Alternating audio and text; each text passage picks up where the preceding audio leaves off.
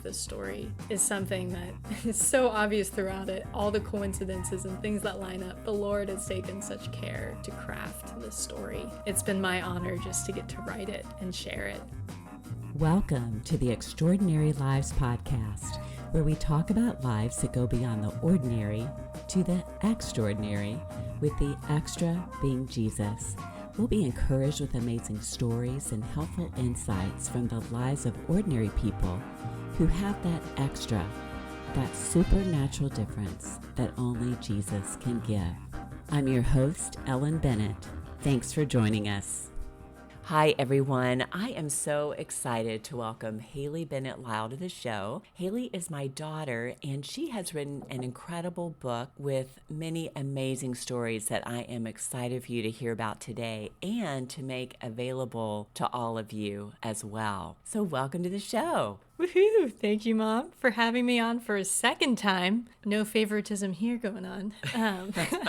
But it is such a pleasure to get to share about this book. And I just have to say, first off, I'm so grateful for how much just support and work you and Dad have also put into this. I think you guys have probably read the book like 10 times already in varying drafts and stages. And so it's really exciting to get to be here with you and just celebrate with you. Oh, thanks, Hayley. I tell you, we have loved reading it and cheering you on, and I love your writing style too. So I'm excited for more people to be able to share in that. So tell me a little bit about this huge project and labor of love. How did you even get started writing it? Yeah, so first off, the name of the book is Barefoot King, with the subtitle, The Indian Dalit Who Defied Caste to Bless Others. This whole project began when I was living in India for a year after college. And I was 23 years old at that point, working with a nonprofit that was fighting a form of slavery called bonded labor. And as I was working in the office, I, of course, got to know a lot of my coworkers. And one day, this man named Raj just stopped by my desk and struck up a conversation. And as we were talking, he shared that he had been a Dalit, an Untouchable, and that his own parents had been caught in the system of bonded labor. There was a little bit more that he shared at that point, but not a ton. And just seeing his story and knowing who he is today, it really perked my curiosity. I asked him some more questions. I wrote this really brief one-pager to share with everybody back home who was supporting me and praying for me. I got such great feedback from my community back here too of, wow, this was a really inspiring story, even just within this one pager. Me writing that triggered something in Raj where there had been, I think, 4 different people throughout his life who had heard his story and actually told him that they wanted to write his biography. And none of them at that point had ever followed through. 2 or 3 of them were Indian, and then one of them was this gal named Debbie who lives in Colorado and who had been helping out with one of the ministries Raj had worked with before coming to this organization. Because she was an American, he reached out to her but also included me in on it to see if I could help with interviewing and kind of be that in-between with, you know, there's so many cultural differences, language differences to navigate when you're doing a cross-cultural project like this. And so he brought me on initially just to help with the interviews. But as Debbie and I worked together on this really initial stage, it slowly became apparent that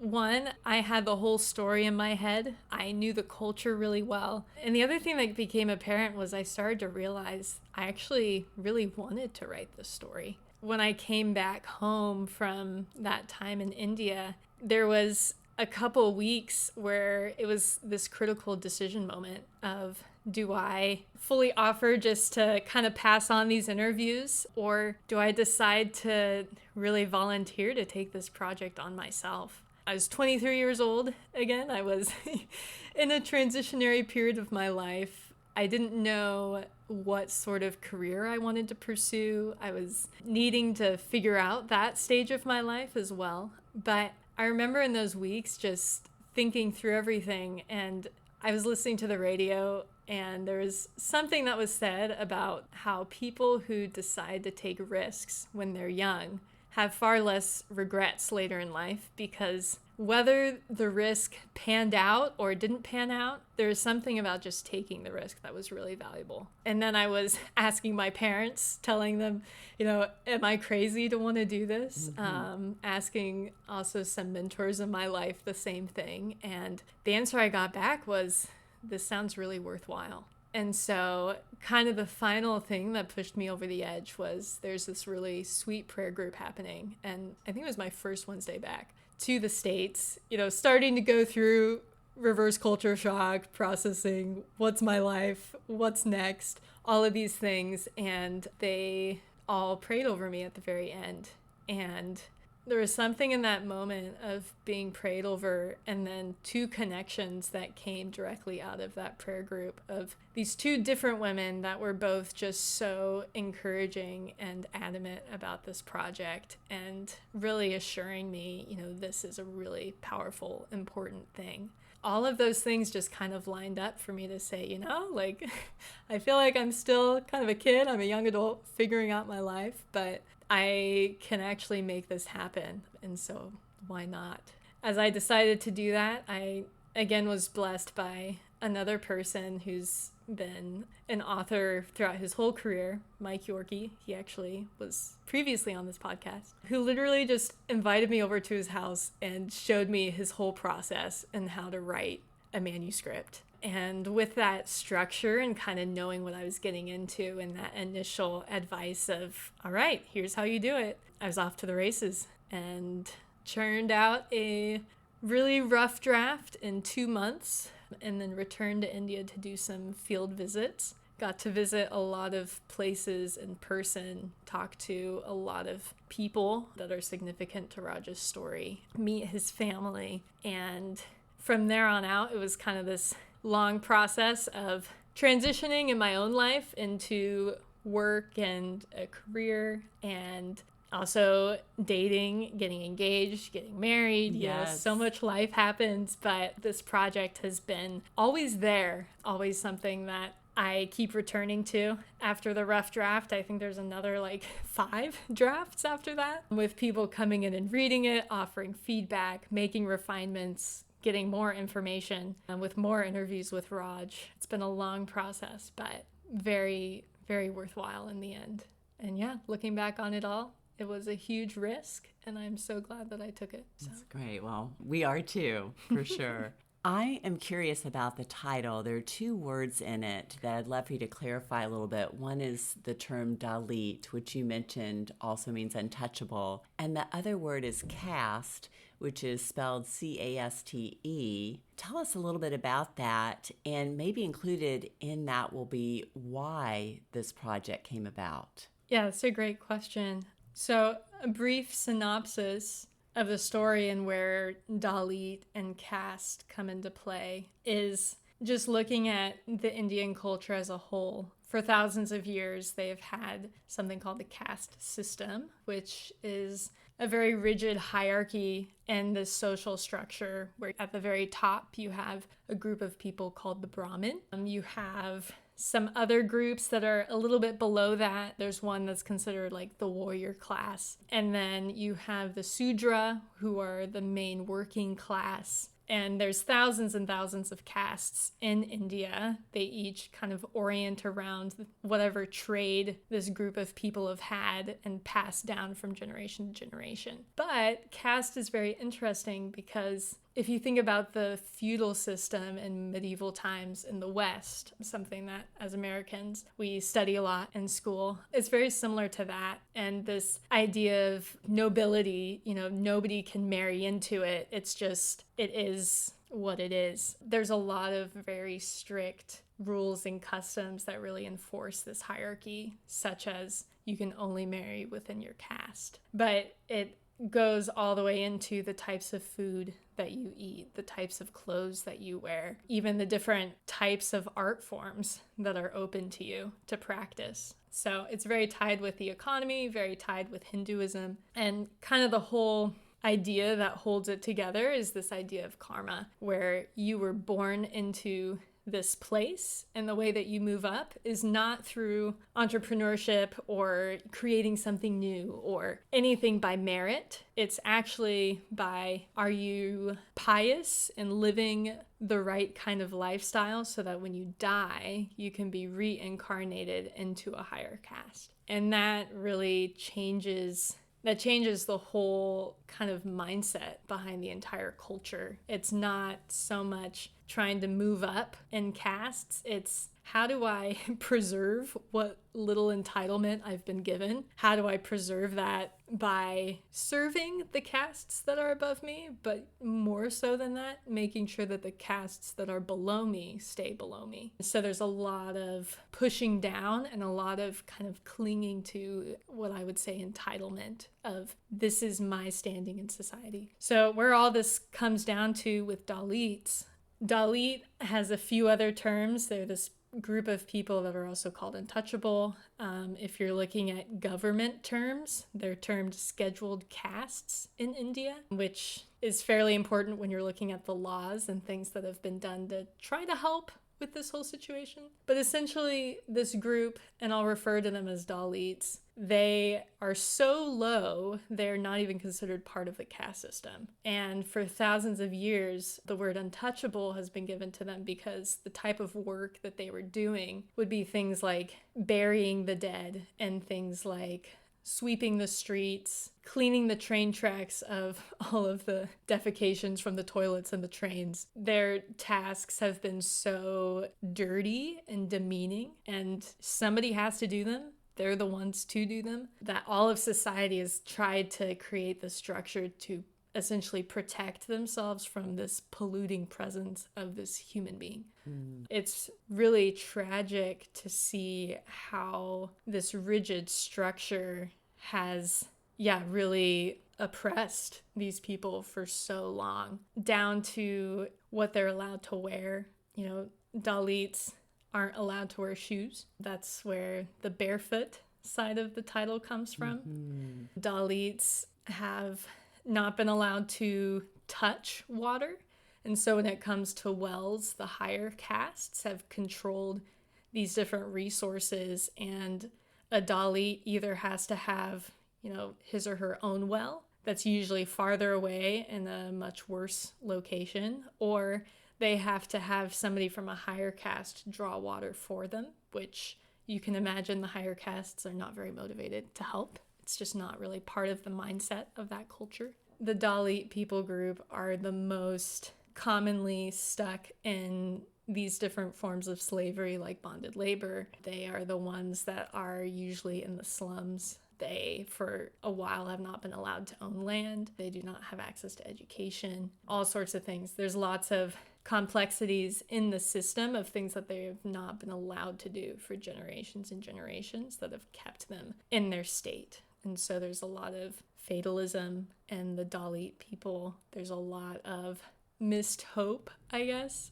When there have been things that have been hopeful, people with the power have taken advantage of that to keep the Dalits in their place. And it's something that's very relevant to this day, I would say, even in America. There's a lot of articles coming out about caste issues with so many Indians immigrating to America, and especially working in tech. Caste is now part of that too. There's this article of this gal who's a Dalit activist invited to speak at Google, and a lot of people revolted, saying she was anti-Hindu, pulling their religious card in order to keep her out from speaking at Google. So these dynamics, they're quite present today. And it seemed like you found out in Raj's story that being a Dalit is an extremely low level of society, but yet if you're a Dalit and a Christian, there's even more prejudice. Yeah, and that's where it gets tough looking at the church in India as well.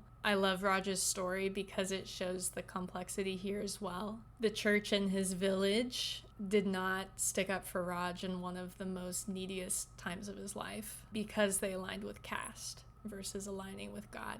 James 2 talks about do not show favoritism based on economic status and all these things. And some of the things written in James 2 of, do not have the poor sitting in the back while you let the rich man come to the front. This church literally practiced exactly that, having the Dalits in the back on the floor, not even allowed to take communion until after the service. And so that trend then translates into one of the most significant moments in Raj's life where the church was not there for him. And yet, in other times of Raj's life, he winds up actually marrying into a high caste, very Christian family, and they accept him as one of their own. And it's one of the biggest kind of displays of love and of how Christianity, made in God's image, how that surpasses all of these different systems and structures. Yeah, it's complicated, but as a Christian and a Dalit, Raj faces prejudice from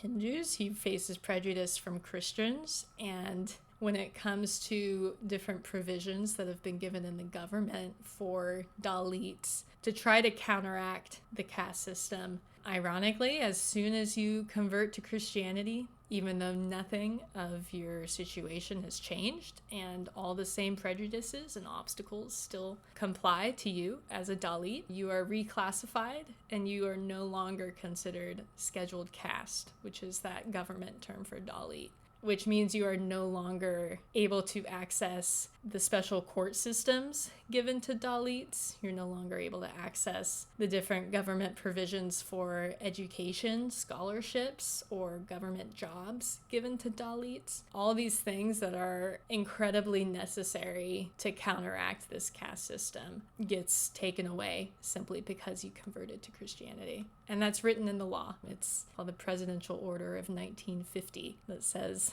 if you are not Hindu, Sikh, or Buddhist, anybody who professes a different religion is not scheduled caste and is not entitled to these different benefits. Wow. So the thing I love about Raj's story is it is full of hope. In the midst of such hard circumstances, God really shows up.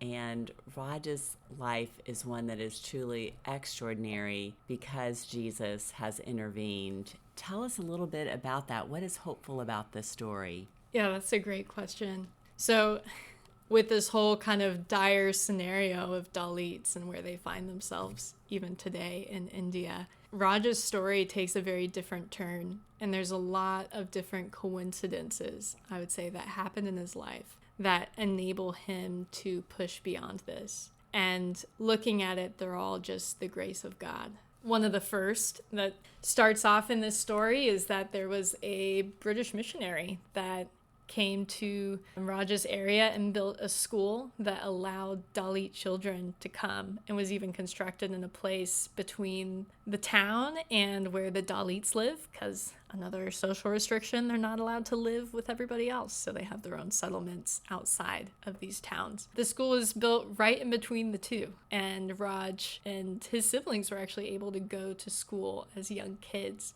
This enabled Raj to realize that he actually really excelled in school. And as he excelled, that opened up opportunities to continue in that education. His family started to see, all right, there's some hope here. We will all work. Raj has 4 siblings. They all dropped out of school eventually. Everybody was working. They did everything they possibly could to enable Raj to stay in school. And ultimately, education is the biggest game changer in these situations.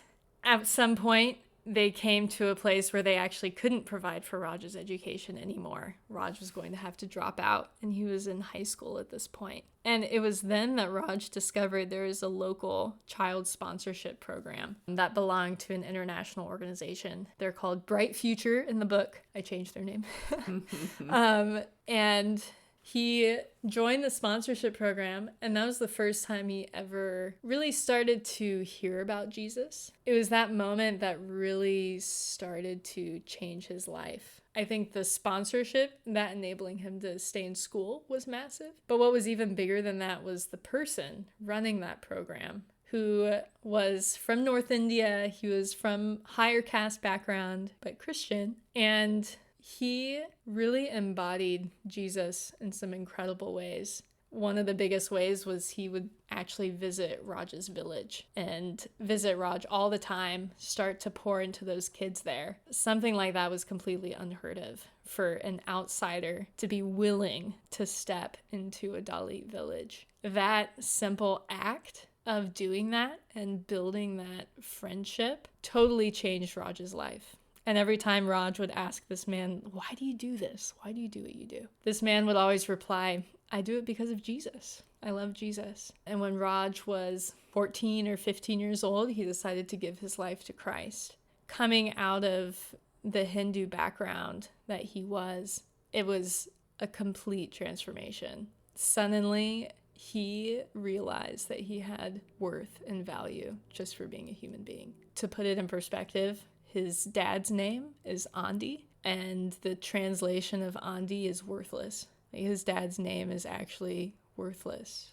And I think that that just goes to show how much this oppression has set into these people's mentality and their own mentality about themselves. And so to be suddenly adopted as a son of God, loved by Jesus, it ignited something in Raj where he started to be able to value himself and then value others. And he started to change the way that he interacted with his own community, looking to help others, to serve others, help the kids with their homework, get groceries for the different families, all of these things. You know, he still had nothing himself, and yet that change of his heart to give really started to change something in his entire village. Later, he eventually led half of his village to Christ through all of this. And they're still Christian to this day. They built their own little church at the front of their Cherry. Cherry is the name of their settlement that they would live in, be outside of these different towns. And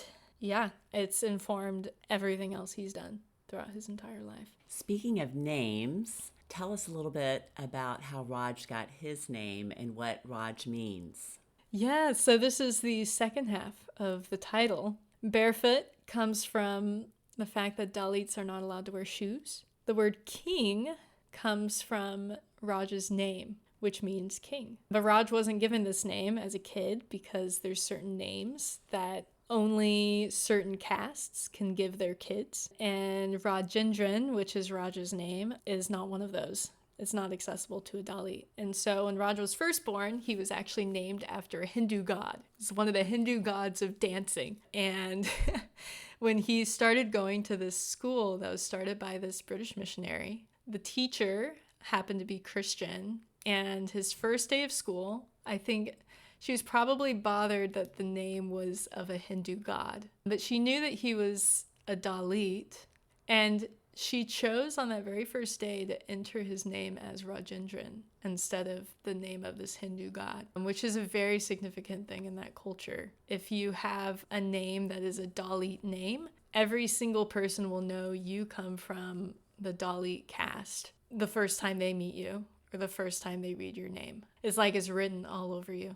By giving him a high caste name, something that his parents could never have done, this helped Raj later in life forego his caste stigmas that people would give him and opened up a lot of opportunity to him. So yeah, the Barefoot King is the name of the story because he was barefoot, but also he was a king.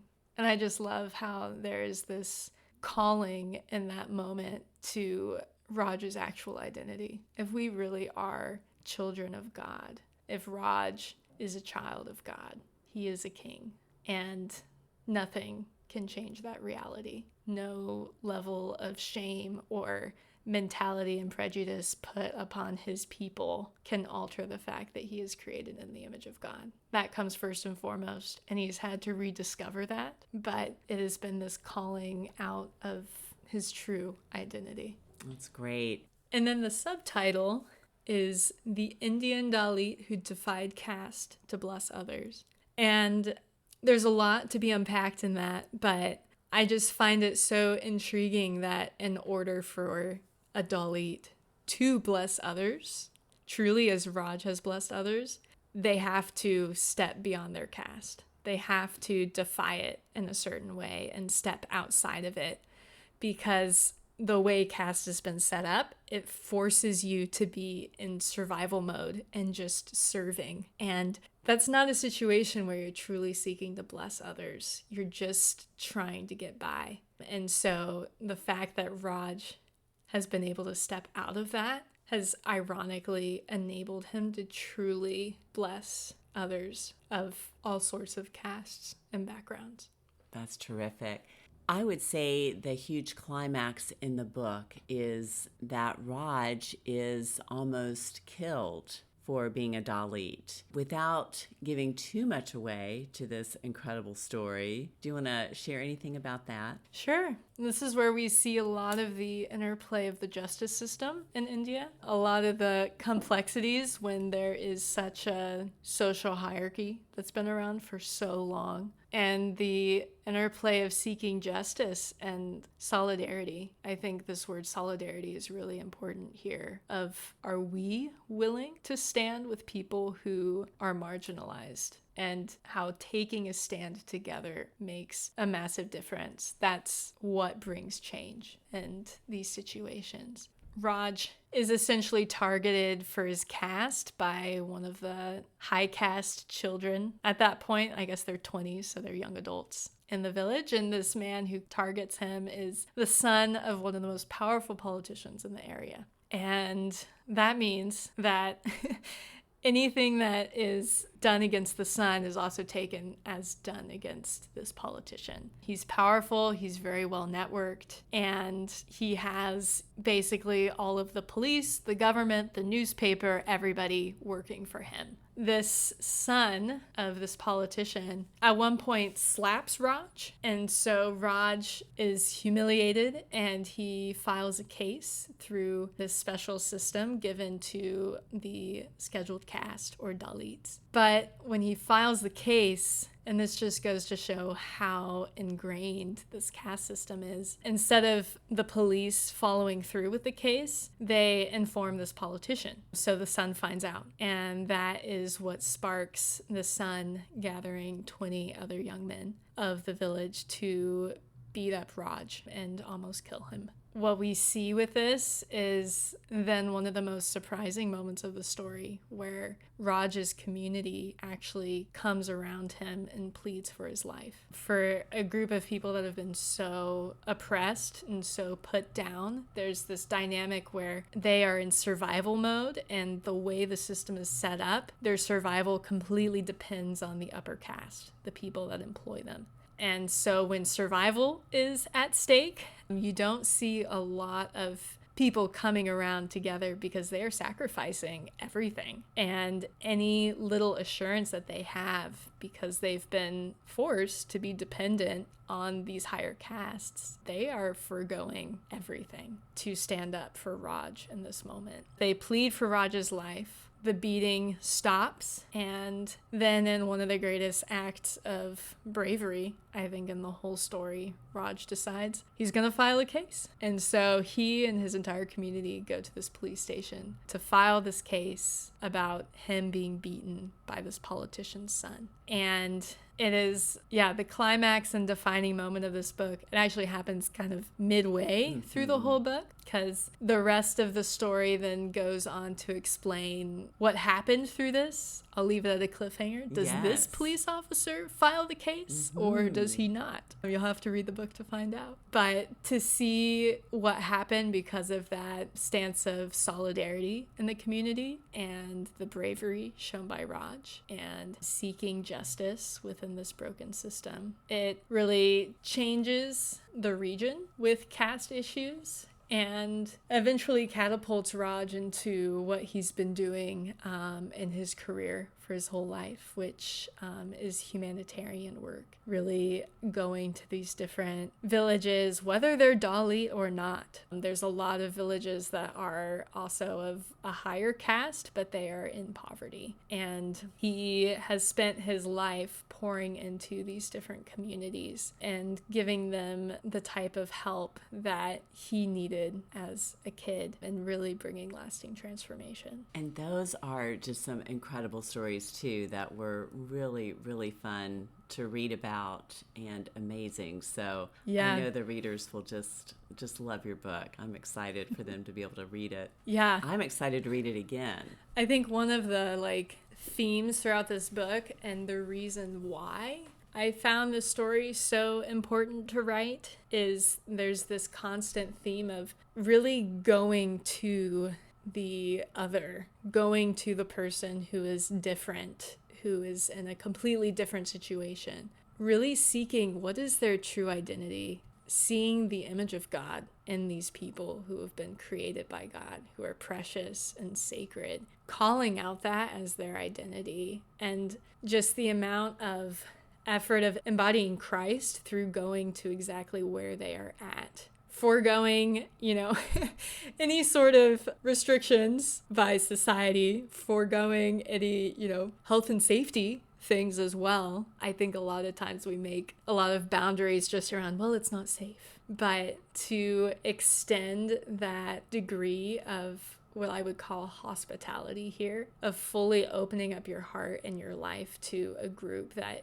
is in need and that is so different from you, communicates the love of Jesus in one of the most powerful ways. And you see it in this person who was working at this nonprofit child sponsorship program, extending that level of hospitality to Raj in his community and the transformation that brought. And then you get to see Raj then embodying that and all of these different projects, really going to the people and reading exactly what Raj put himself through to do that. He's drinking their drinking water, which is putrid and muddy and has cows washing in it, because that's what they're doing and they think their water's holy in one place. Or he's spending the night in a slum in Bangalore, in the cold, in the dirt, to find out what people are really talking about and what the community really needs. I love this because I think this is where the heart of God is. So often, I think as we're entering Christmas time and we're talking a lot about the incarnation of Jesus coming to this world, I mean, the first act of hospitality is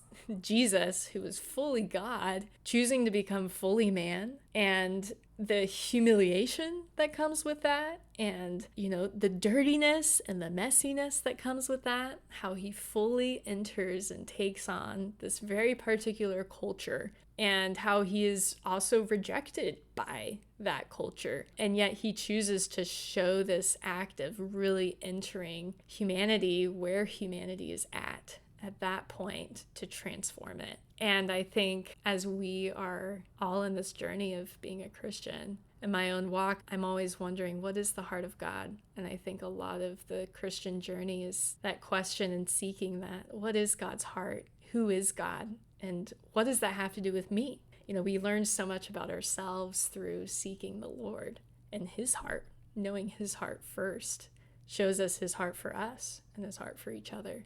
And as we are seeking that, there's nothing like going to these people who are different than us and just simply creating a friendship, building that trust, and then learning, what do you need? How can I help you? How can I shed light on God in this situation?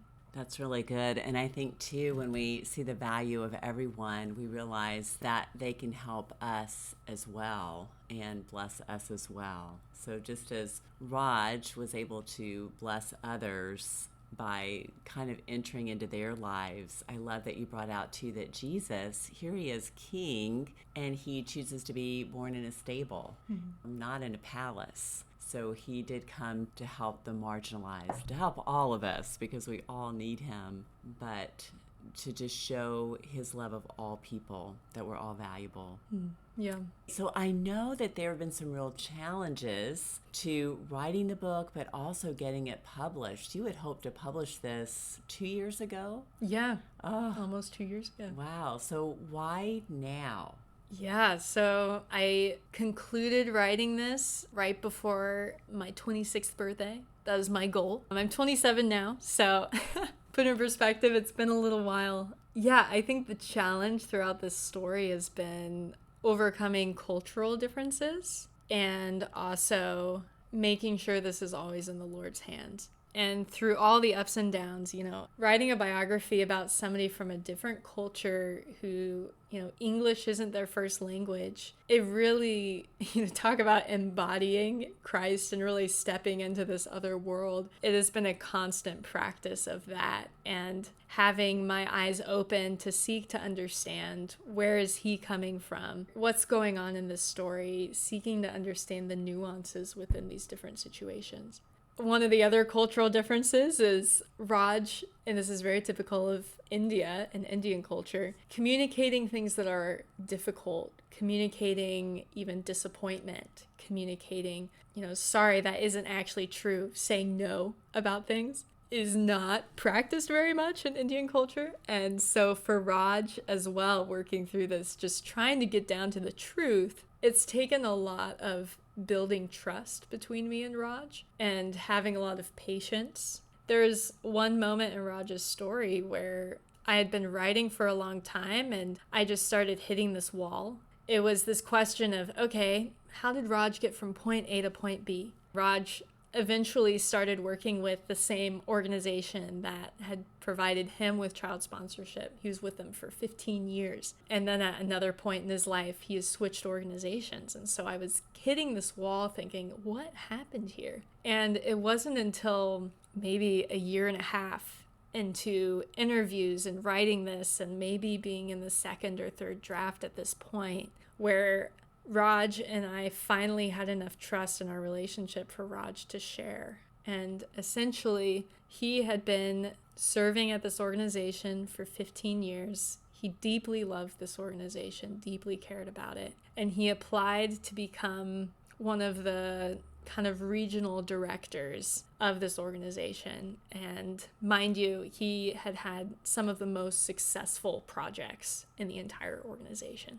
And unfortunately, when his peers found out, they essentially revolted and said, we cannot work underneath somebody from his caste.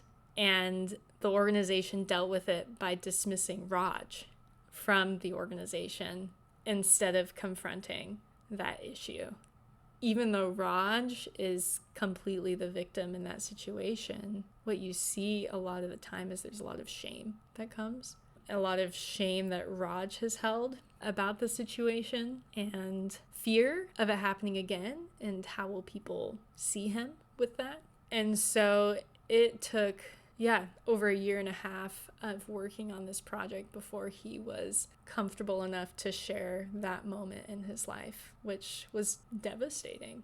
Mm-hmm. And so I think that, and knowing kind of the right questions to ask and continuing to show that patience throughout the process has been one of the challenges and one of the ways that I've grown a ton through this. That's been so rewarding.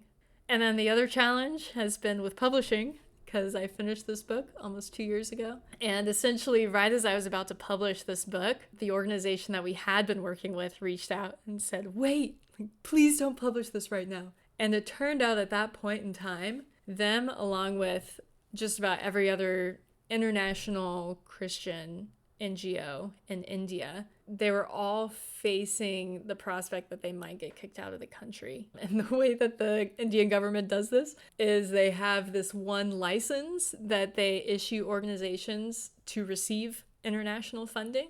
A lot of these international organizations rely on that foreign funding. And they were deciding who they would give the license to and who they wouldn't. And of course, all the NGOs that were not getting the license were the Christian or the Muslim NGOs, the ones that were not Hindu.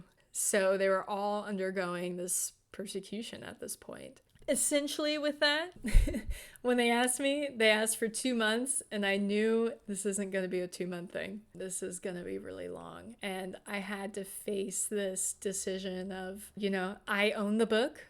I have the full rights to the book. Do I go ahead and publish it or not? And what is the right thing to do in this situation? There's so many more nuances into the situation that I can't go into, but it was a really incredible moment of resurrendering the project to the Lord and knowing, this has been God's from the beginning. It's been always at the heart of it, just my desire to do something that I know is really close to God's heart. I truly believe this story is something that is so obvious throughout it. All the coincidences and things that line up, the Lord has taken such care to craft this story. It's been my honor just to get to write it and share it. And knowing that this is God's, it just became time to give it back to him for a little bit and trust his timing. And for something that I've labored over so much and care so much about and so long for people to see, it was difficult. And there was some grieving involved and knowing that I was going to be waiting for a very long time.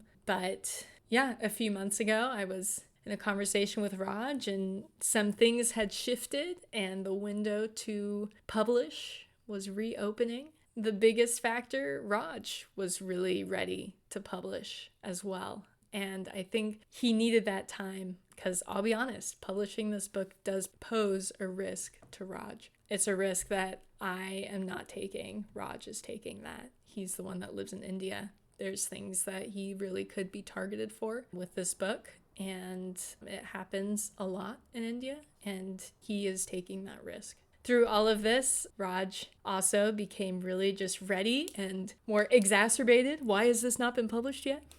And ready to take on that risk. So yeah, now is the time for this book to be given to the world.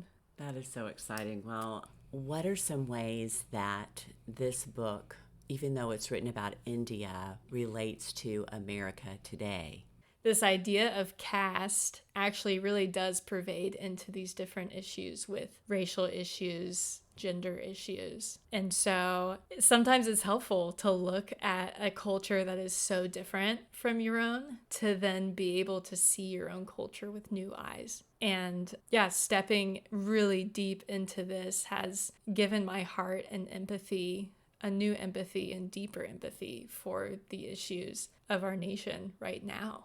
We have a lot of intense, what I would call othering of people, whether it's Democrat versus Republican and policies people support. Oh my gosh, just look at how our presidents are treated these days. Whatever side they're on, there is so much of this kind of layering of assumptions about people if they're different than you. And then on top of that layering, these typecasting and ultimately to varying degrees dehumanizing of people that are different, because we build these layers upon layers of assumptions instead of just getting to know the other person.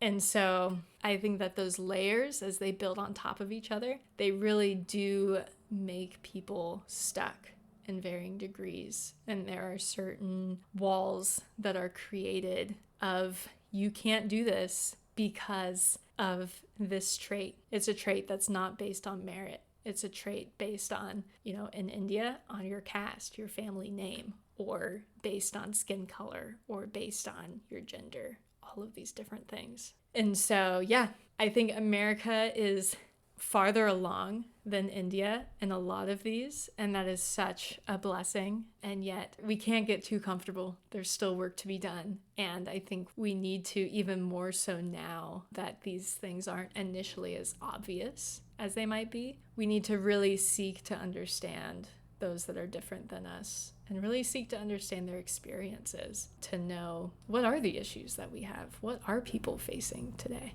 That's good. One thing you brought out was the difference between a Christian worldview and a different religious worldview. In Christianity, Jesus' heart is to help others, versus it seems like in Hinduism, there's that idea that you're really not supposed to help the other person because they need to help themselves in order to be reincarnated to a different level. Is that an accurate way to view it? Yeah, absolutely. Yeah, karma is interesting. The way that we talk about it in America is not necessarily how it plays out, or maybe we just don't take it far enough to where it exactly leads. But karma, I've heard it explained before, you are helping the lower caste by not helping them because they need to work out their position to reincarnate better. So if you're helping them, you are jeopardizing their opportunity in a future life. Yeah, which is completely different and works really well for the powerful to maintain their power and for the poor and the lowest to be kept there. It's a brilliant system of governing a people, and I still see that in India today, where people's mentality is turned towards how do I preserve my position? And that preservation of position completely locks down people trying to be more inventive, seeking better opportunities, trying to, recreate these systems like we've seen happen in the West. It's really fascinating the way that it plays out. One of the most powerful quotes that I have in this book from the man that actually wrote India's constitution, he's a man named Dr. Ambedkar, and he came from a Dalit background. And he writes a book called The Annihilation of Caste that has a lot of his perspectives about caste. He writes, all are slaves to the caste system, just not all slaves are equal in status. But what the irony there, that you have this rigid system to maintain power, and yet even the most powerful are still slaves to the system. And so, yeah, I see that a lot. Very different from Christianity, where we are free, we are children of God, we are adopted as God's daughters and sons, and the honor that is given to that and the freedom to not just please some God, try to make him happy and try to do stuff for him so that he does stuff for you. It's this genuine relationship with the God of the universe where we are sons and daughters stewarding with God, making decisions with God as a son and daughter eventually grow into doing. There's this beautiful freedom that comes with that. That's very unique. Great, thank you. I'm excited that it's launching, and we'll be sure to include a link to how the listeners can get it for themselves. So thank you for your labor of love, and it's just been such an honor to cheer you on and just to see God so at work in Raj's life and in this whole process. Thank you. Yeah, it's truly been an honor. I love doing things that are challenges, but that we grow in and that we get to see a new side of God. And I hope that through this book, a lot of people can join me in that. It's almost hard to describe everything because there's just so much. Yes. But in reading the book, I really hope God's heart will be conveyed through it. And I think it truly does that. So it's fantastic. Well, thank you so much for sharing with us today. No, thank you. Hope people enjoy the book. When you read it, please review it on Amazon. That helps it get out more. And I really hope to hear what you guys think about the book as well. Great. Thanks, everyone, for joining us. This is Ellen Bennett with the Extraordinary Lives podcast.